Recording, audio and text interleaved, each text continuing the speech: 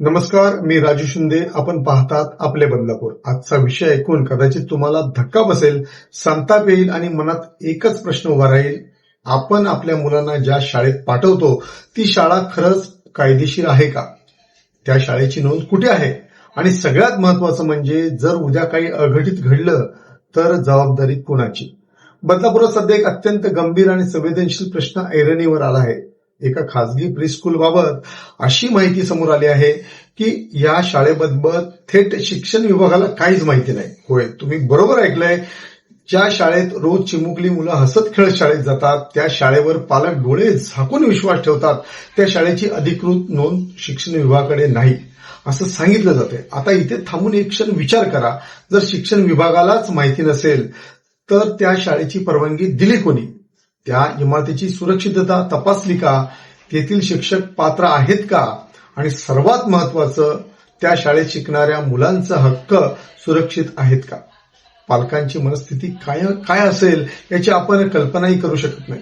आपल्या मुलाच्या हातात दप्तर देऊन, डोळ्यात स्वप्न घेऊन माझा मुलगा माझी मुलगी शिकेल, मोठी होईल या विश्वासानं ज्या शाळेत दारात सोडतात ती शाळा अनधिकृत असेल किंवा अधिकृत नसेल हे समजल्यावर पालकांच्या पायाखालची जमीनच सरकेल. या सगळ्या प्रकरणात आणखी एक महत्वाचा प्रश्न उभा राहतो, बाल हक्क आयोग काय करणार? कारण हे प्रकरण केवळ परवानगीचं नाही तर हे थेट बालकांच्या हक्कांशी जोडलेलं आहे. बालकांना सुरक्षित वातावरण, योग्य शिक्षण आणि कायदेशीर संरक्षण मिळणं हा त्यांचा मूलभूत हक्क आहे.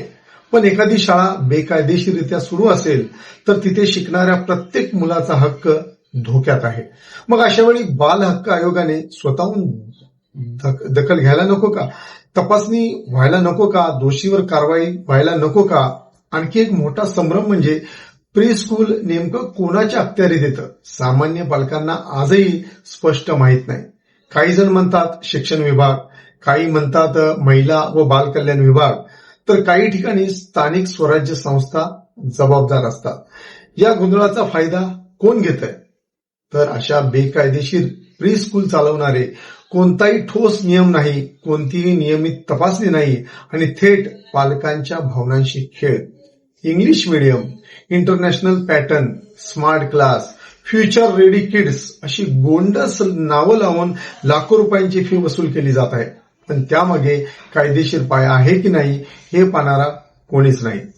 या सगळ्या प्रकरणात आता राजकीय वळणही मिळताना दिसतंय. राष्ट्रवादी काँग्रेसचे स्थानिक पदाधिकारी थेट उपमुख्यमंत्री अजित पवार यांची भेट घेणार असल्याची माहिती समोर आली आहे. ही भेट केवळ औपचारिक नसेल तर बदलापुरातील पालकांचा आवाज थेट मंत्रालयापर्यंत पोहोचवण्याचा प्रयत्न असेल. अशी अपेक्षा व्यक्त केली जात आहे की या भेटीत नेमकं काय मांडलं जाणार आहे.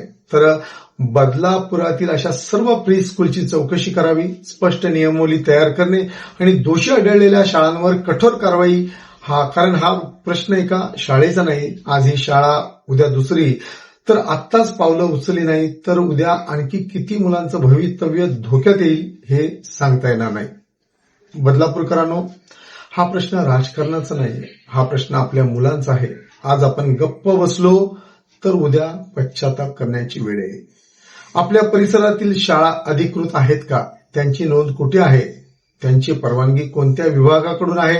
हे प्रश्न विचारण्याचा आपला हक्क आहे.